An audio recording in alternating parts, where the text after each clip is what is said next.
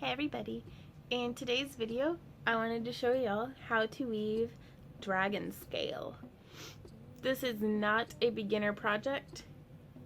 I would recommend being competent at European 4-in-1 as well as helm chain before trying your hand at this, because and just having a solid sense of opening and closing rings and some good like brain plier coordination and different stuff like that. But yeah, let's get started. So this is the weave that we're going to be learning, and I'm sure like most chainmail weaves, it has a couple of different names, but I call it dragon scale. A lot of the chainmail circles I travel in call it dragon scale. So, but this is how it looks, and that's what's important, because you can call it whatever you want. I'm using 3 different ring sizes here.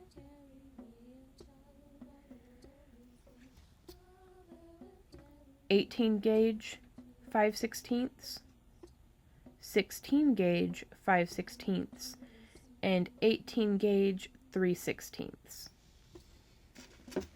Now I have some different rings set up here. These are my 18 gauge 5/16, 18 gauge 3/16, and 16 gauge 5/16. I really like demonstrating with rainbow patterns, just because I think rainbows are pretty, and sometimes the difference in colors really lends itself to the tutorial. But you can do it in whatever color schemes you like. And the way that I start the weave is very similar to helm chain. So I'm going to hook 2 of my thin large rings, because that's the 16 gauge will be our thick large. Our 18 5/16 will be our thin large, and then this 18 3/16 will be our small. But I'm more of a visual teacher anyways, words get in the way for me a lot of the time. And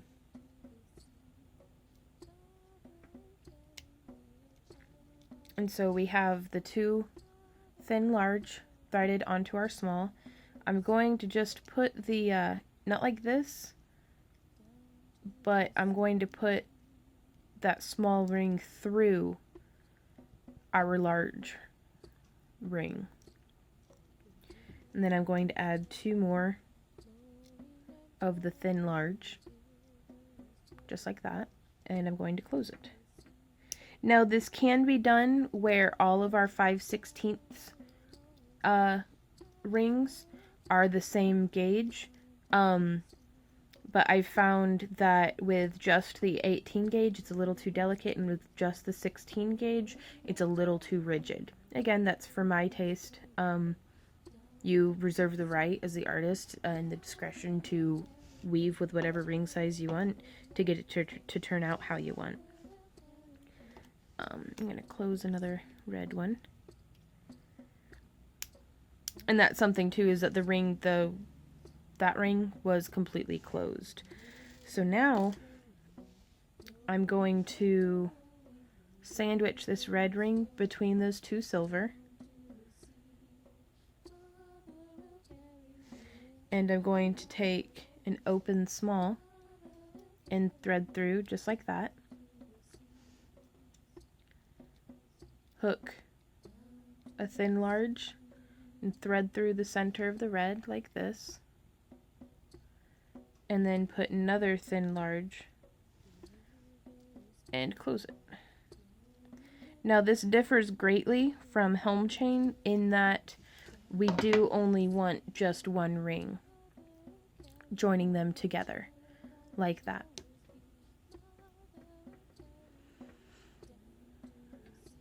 And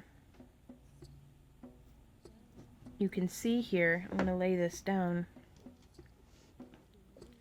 how this can start laying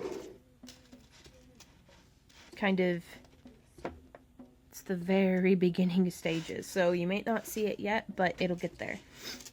So now I'm actually going to go through and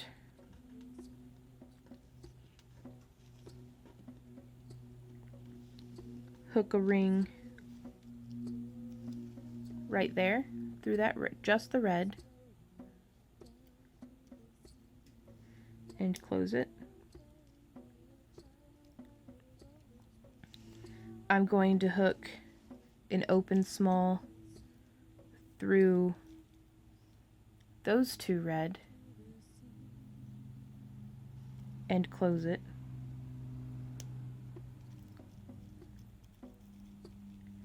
And I'm going to hook a small, and if you're having a hard time getting to it, just open up those rings. It just needs hooked just through that red one and close it. So now we've got some more rings going on here, and it really does help to be able to lay it down on a flat surface. You can see here, this one is tucked behind that one. I want it, or behind this other small ring. I want it tucked to the front. So that way, if you can see, these ones, if we're progressing in this direction, those three small rings are more forward than these two small rings. And these three are not threaded through any of our thin large. They're just through the thick red.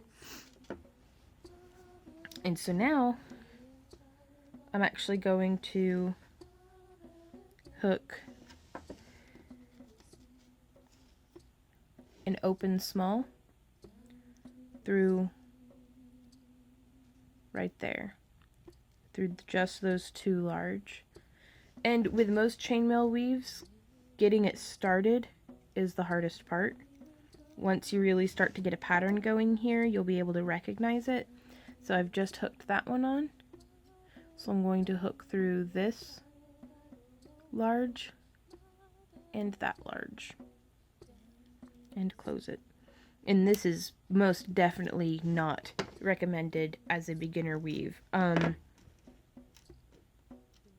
Like if I were teaching my past self who was just learning how to weave chainmail weaves, this is not one that I would start on, in no way or form, at all. I'd probably hate chainmail if this was the first weave that I tried. So there's that. And so now what we're going to be doing, and again, the placement of this little ring for these first couple until it gets stabilized is going to be juggling around on you. So I'm just using my pliers to kind of force it around. And if it doesn't want to go through, like how right now it doesn't want to go through, you just force it. See when it's sitting like that?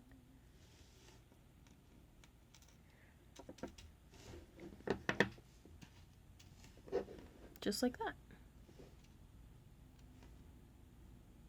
Now I think I'm going to get an alternate camera angle so you can get a little bit more up close, and I'll meet you guys right back over here. We have an alternate view. You can kind of see what's going on a little bit. This is the most complex weave I have ever tried to teach. So, please be patient with me as I get my situation settled.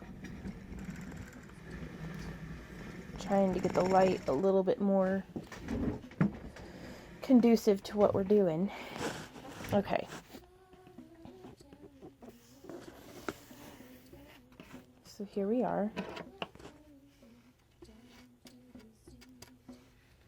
And now you can see a little bit more close up that this ring does not need to be behind this one.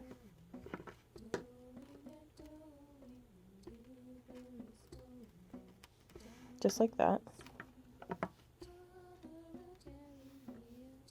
This is how our rings are laying. So now I'm going to come through and I'm going to be adding in an an orange layer. So I'm going to take this orange ring and I'm going to hook through this one.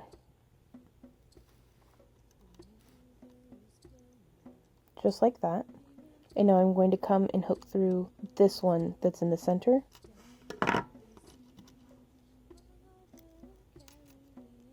So that it is sitting more or less on top of that red one, just farther up the weave.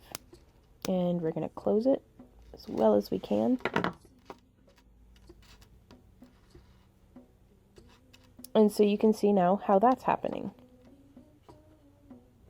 And I'm going to take another orange.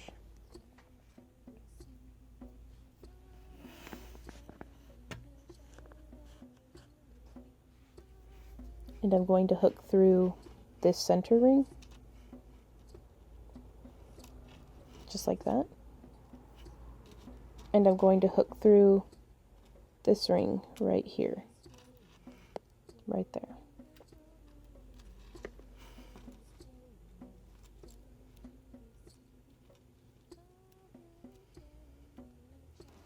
And we're going to close that.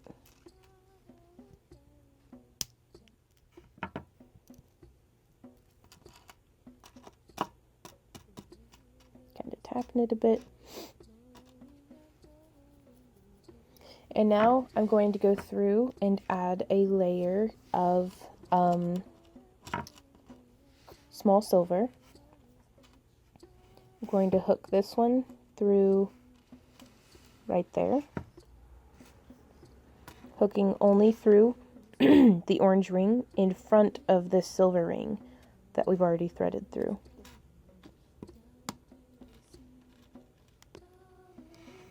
So that's how that looks.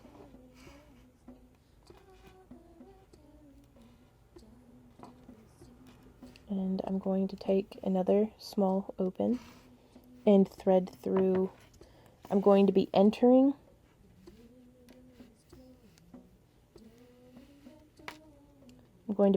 with the ring through this orange one and coming up through here, only hooking through those two orange rings. So there, we've hooked through, and we're through just that one. And I want this ring to be nestled inside that silver one. So I don't want it to be happening up here. I want the back side of it to just be nestled right there. And just hook up through that orange. So just like that. And I'm going to close it. If your brain hurts, join the club. Like, don't feel like you're alone. It's this is one of the more difficult weaves, I think. And now I'm gonna hook this one just through this orange one. You can do it just off to the front here, and then nestle it where it's gonna go. You want, see how these three rings are stacked? 1, 2, 3. That's incorrect. You want this one. You want it to be like that, so kind of staggered.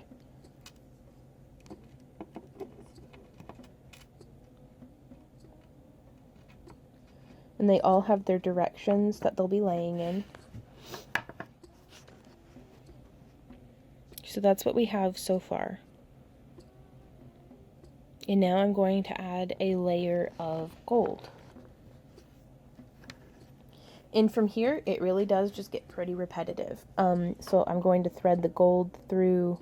No, I was wrong. I told you wrong. See? It's okay if you mess up, because I mess up all the time. We're going to do a layer of the silver large. And I'm going to hook this silver large through this ring. And then close it.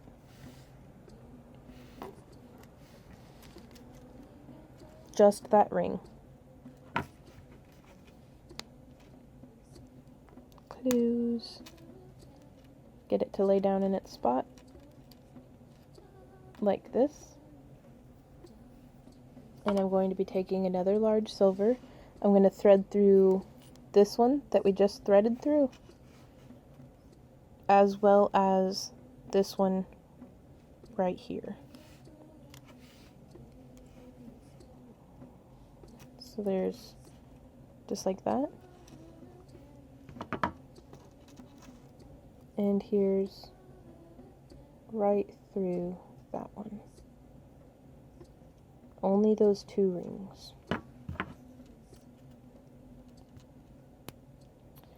Weaves that you could do to help build up to this design would definitely be European 4-in-1, as well as helm chain. I would really recommend being well versed in those weaves before even attempting this one. Now I'm going to hook another through just this silver one that we just went through. Just hook around and close.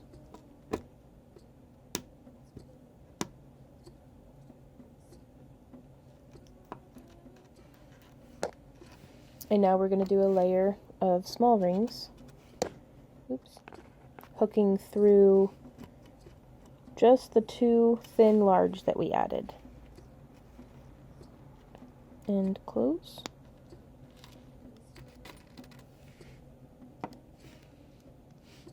And one more. Hooking through that one. And this one. And close. Sorry, I didn't mean to go off screen there. So here we have our design as it's happening. Now again, this one right here doesn't need to be underneath it. It needs to be like that.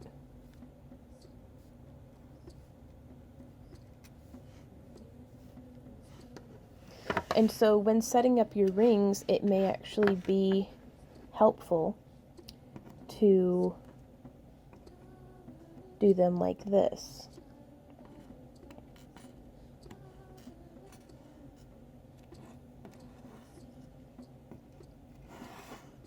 Setting them up by layer.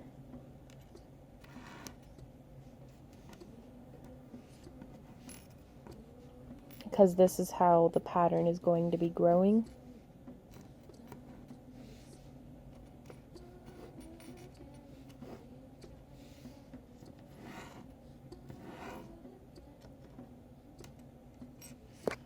So here you can see we have, that's a layer, that's a layer, that's a layer, that's a layer, that's a layer, that's a layer, that's a layer, that's a layer, and it repeats. You know, so that just keeps on repeating until, oops, sorry, you know, as you expand on what you have going on, until you get this.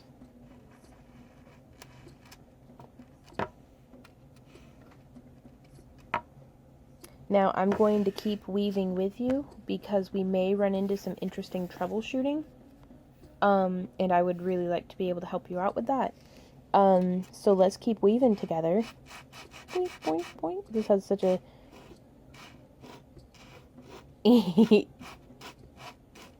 okay, now I'm just messing around. But yeah, I really do enjoy this weave, and you could make it however wide as you want. This one, I'm just doing a bracelet because,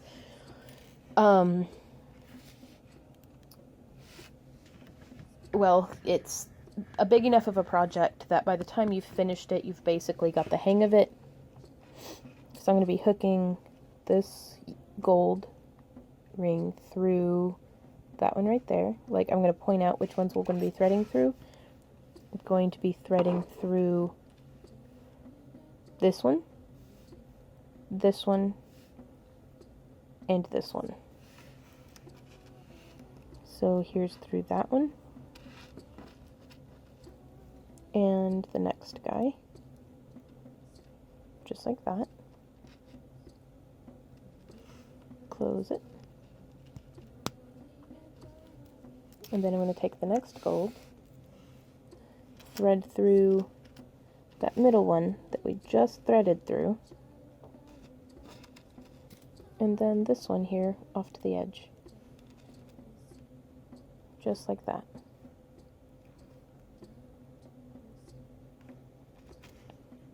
And I'm going to close it.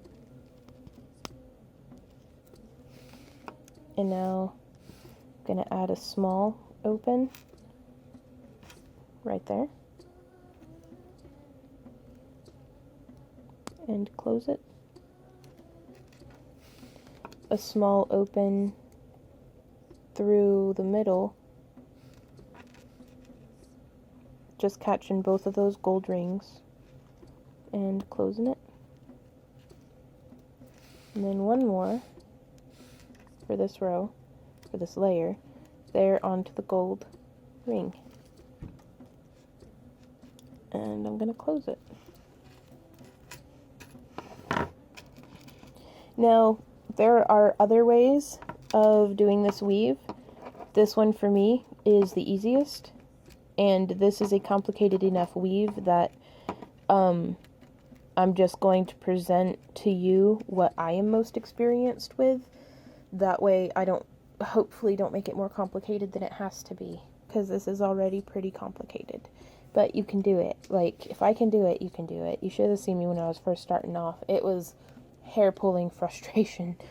So now I'm going to be hooking on a layer of the thin large silver. And I'm going to point out the rings I'm going to be hooking through.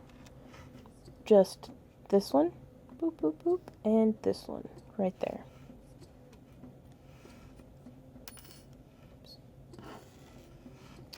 So this one is just going to hook through that one, and then it's going to be closed.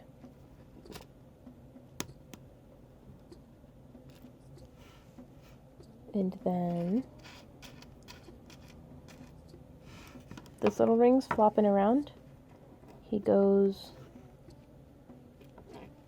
right there, kind of tucked away. He'll get woven through in the next layer. So now I'm going to hook this one through just this one ring, just like that, and through this ring, just like that.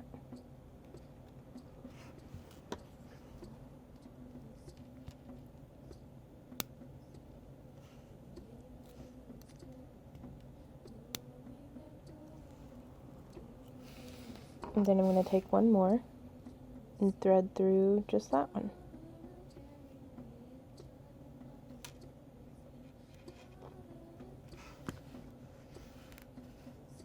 Sorry, I don't mean to go off screen, but it's just I'm just closing a ring.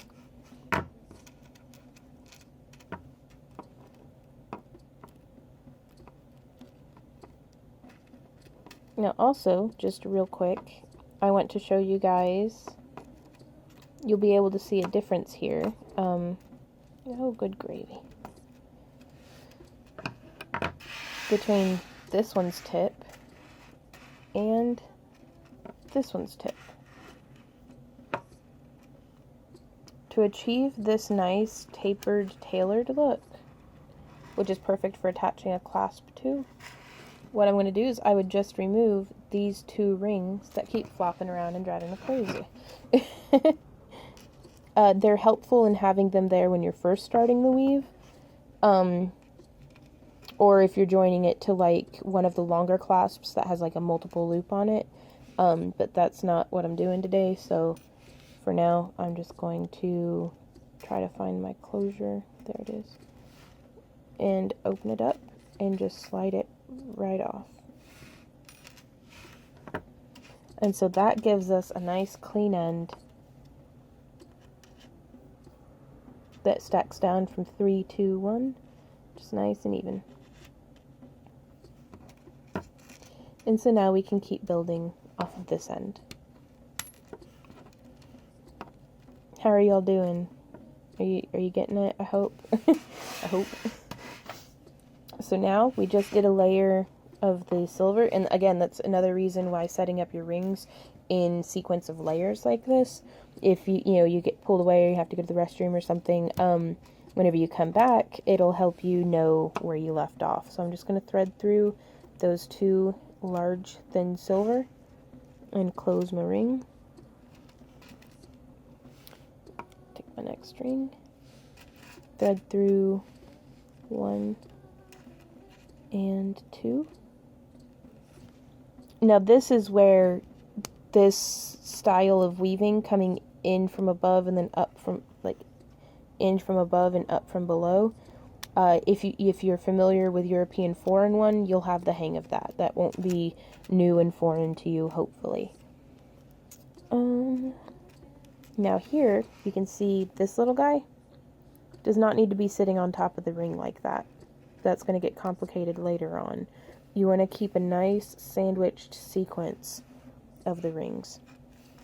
So now it's our colored layer, and I'm going to be hooking through this ring, and this ring, which should be sitting comfortably like that. There we go. And also, with how some of these rings just kind of flop and wiggle around, don't worry about them until you get there. You know, if you spend your whole time worrying about what this ring over here is doing while you're weaving on this side, that's a waste of energy, I think. You know, worry about it when you get there. There's a ring. Now I'm going to thread through right there. And the floppy one. They're off to the side. And close it. I was going to try to do at least one full color rotation for y'all. Just, you know, to give it opportunity for whatever's going to go wrong can go wrong. But, you know, whatever can go wrong will go wrong at some point. So I'm just going to hook an open small through that yellow ring I just added and close it. Going to thread it through both and close it. And I'm going to thread it through that one and close it.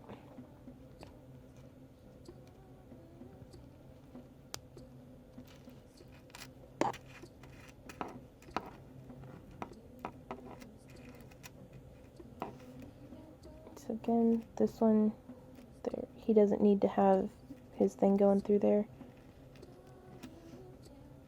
I'll try to use my pliers to keep it out of y'all's. There we go. So he needs to be underneath that layer. So if it's top layer, middle layer, bottom layer.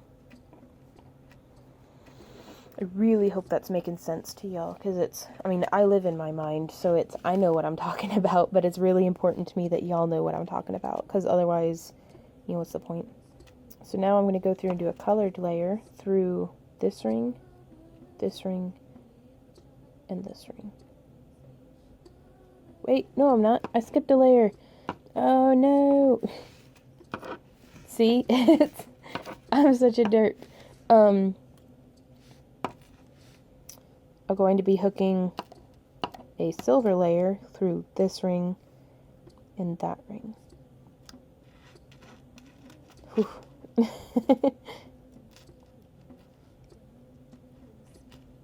That's, I mean, I've been weaving chainmail for about 8 years now, and I still stumble on this one. So please, please, please do not be too discouraged if you're having a difficult time with it. I'm so sorry if my instructions are confusing to you. They're confusing to me as well. So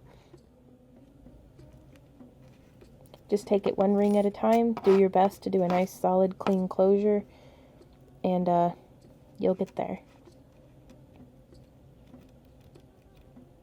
Just right through there, just through that one ring, and close it.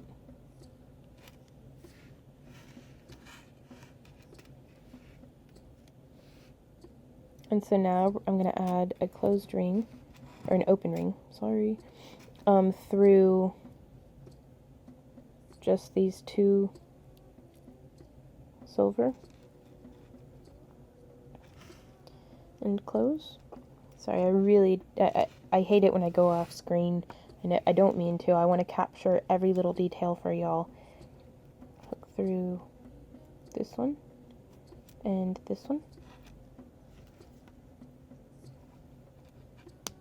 Which, let's take a moment to look at the bottom side of what we're weaving. The reason it's important to nestle that ring that we just added, you can see how it gets that pattern going of how they sit there. If you don't nestle them, like sometimes, let me see if I can force a mess up. Nope. Well, sometimes it might pop out or get stuck. It's just not wanting to. But if you weave it and this ring, let's say, is laying in front of this one, like that can really mess up the flow of your chainmail. I'm going to try to pop one out of place, which is really difficult to do once the weave's been going. Okay, there, you can see.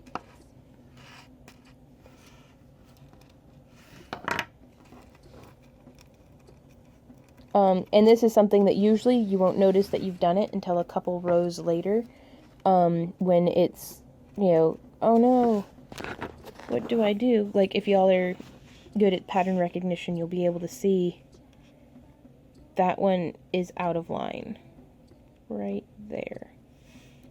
You know, because it's, that one is just sitting right, that one's sitting right, nope. And you can see how all of them want to be sitting just right under the top of the arc.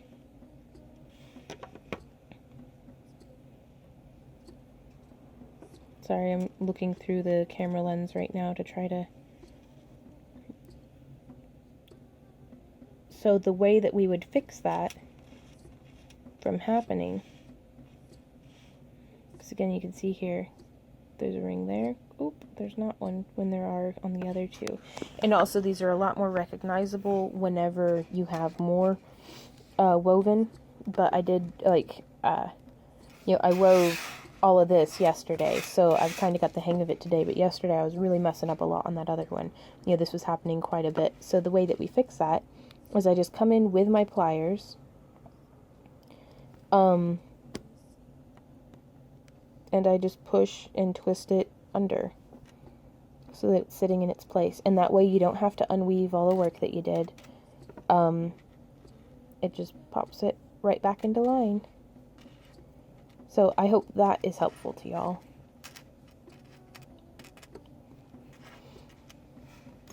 Now back to, I added that layer of the small.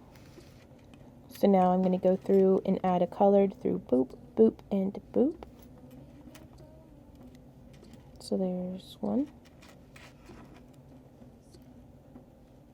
And two. Also, if you guys are having problems, take a picture and send it to me, and I'll see if I can't help pinpoint any oopses. So hooked through that one, and hooked through that one, and close. And so now it's time for a layer of the small. So, I mean, I think y'all are getting the hang of it now. I've got 2 more rows to go through. But, you know, I don't want the tutorial to be too repetitive and monotonous. But at the same time, I also don't want to finish the tutorial and you not have a solid sense of what's going on. You know what I mean? Like, that would not be cool. So now we did that. It is now time for a large silver layer. Just threading through this ring and this ring. I'm going to be adding 3 of the large. So we'll come through and do right there, just through that one. And close.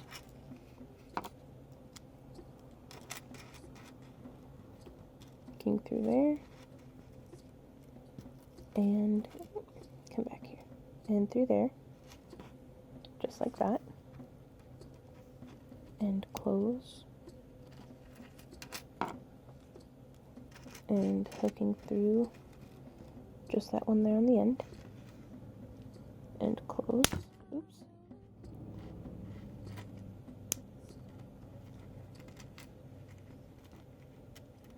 Make sure that didn't mess my ring up. No, I'm good. And now it's a layer of bloody it should have been a green layer. But you know, it's art. It happens the way that it does. I'm just going to set that green off to the side, and we're going to keep going. If I were joining this in with the other layer, then I'd worry about it, but I actually kind of like this. Go straight from the yellow to the light blue. So, again, really important to prep your rings. Be a wiser and more prepared artisan than I am. Please learn from my mistakes. This guy needs, there we go, needs to be sitting like that. So now I'm going to be adding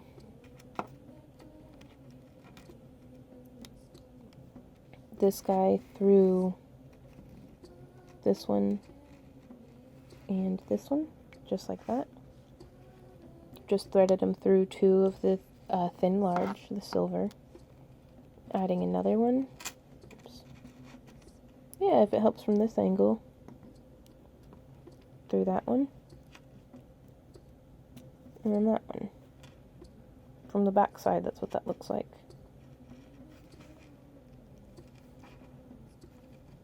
And that's also, this is just the direction that I weave, so if it helps you to weave it flipped over, please do that. Please do it however is happiest and most efficient for you, because, you know, you're the one weaving it here. So going through with a dark blue. Now I'm going to add the colors through this one, and this one.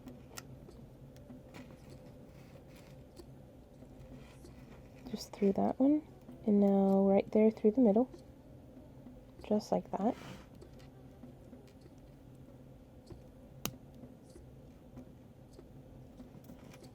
Sorry, didn't mean to go off screen. And then through the middle, and through that one.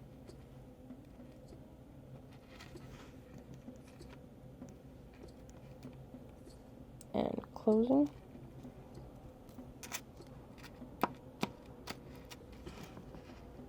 Now again, this guy needs to be down below, so I just take my pliers, kind of get a solid grip.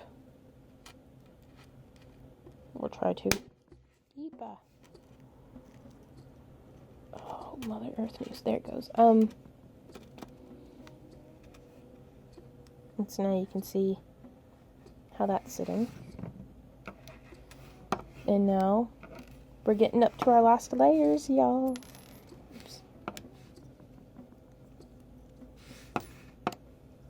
I'm going to be adding another layer of the small. I'm going to hook this one through just right there, just through the one. Now this I'm actually going to finish off as a pendant, so that'll be pretty cool for y'all to get to see. And the difference between one of these as a pendant and one of these as a bracelet is just the length and whether or not you put a clasp on it.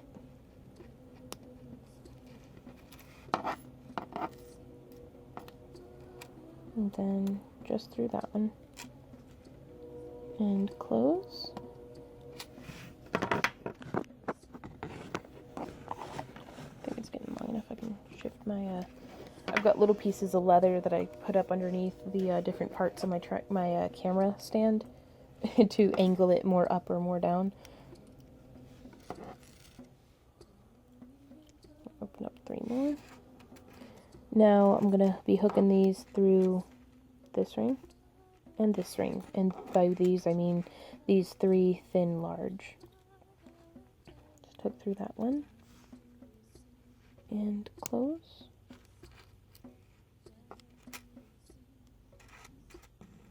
And hook through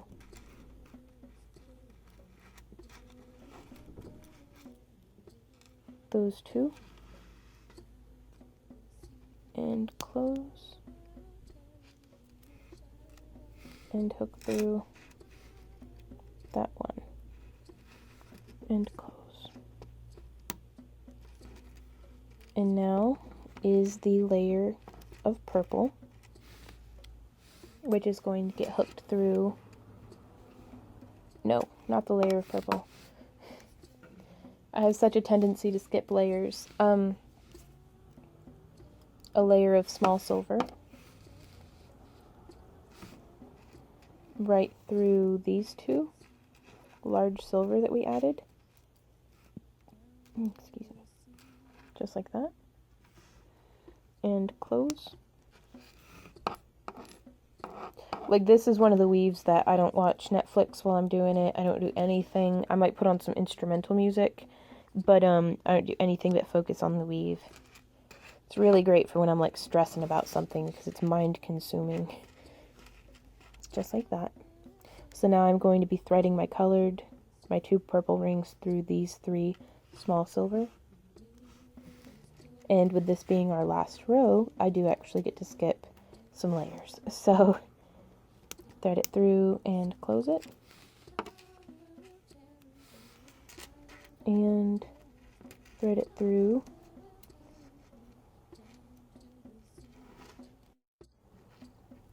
And close it. And now I'm just going to take one large thin and thread it through these 2 rings, that one and that one. Just like that. And close it. And just like that, you finished it. Hey everybody! So thank you for joining me while we made this dragon scale pendant.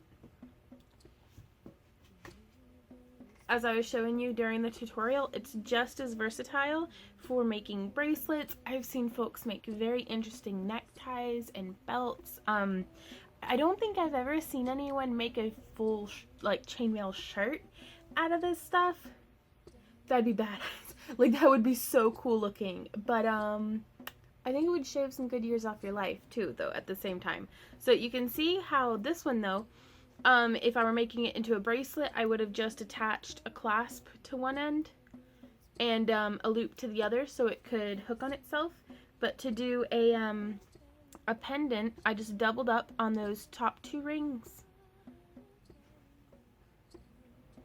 If it'll look at it. Yeah, and then threaded a 16 gauge 1/4 inch ring through there. So now a person could wear it tied up on a cord. So that's pretty neat. It's a very versatile design. I'd really like to see what you guys make out of it. It's a pretty challenging weave though. So I wish y'all the best of luck. I hope this tutorial was helpful or at least inspired you to try your hand at some simpler weaves and kind of build your way up. But please let me know what you think. If you enjoy my tutorials and my work here on YouTube and would like to support me in any way that you can, please like, share, subscribe, tell your friends, all that. But also I do have a Patreon account where you can donate as little as just $1 a month, and for that $1 you actually become a participant in my monthly giveaway for my Home for the Gnomeless. And at the time of recording, it is December, and December's prize is actually not particularly a fairy house, but it's a hand-sculpted candle holder that also makes a really cool sphere base. So like if you have like gemstone or glass spheres or contact juggling balls or anything like that, you can just take the candle out and sit it in there and it'll hold it like a cool little like epic base. So yeah, for $1, I mean, that's hard to beat, right? Also, I'll throw a link in here if you want to watch how I sculpted that from start to finish. It's in like 32 times speed, so it's ultra fast, but it just takes a minute of your time. Yeah, go forth and weave chainmail and have a wonderful, beautiful, joyful day. So I love you guys. I'll see you all around.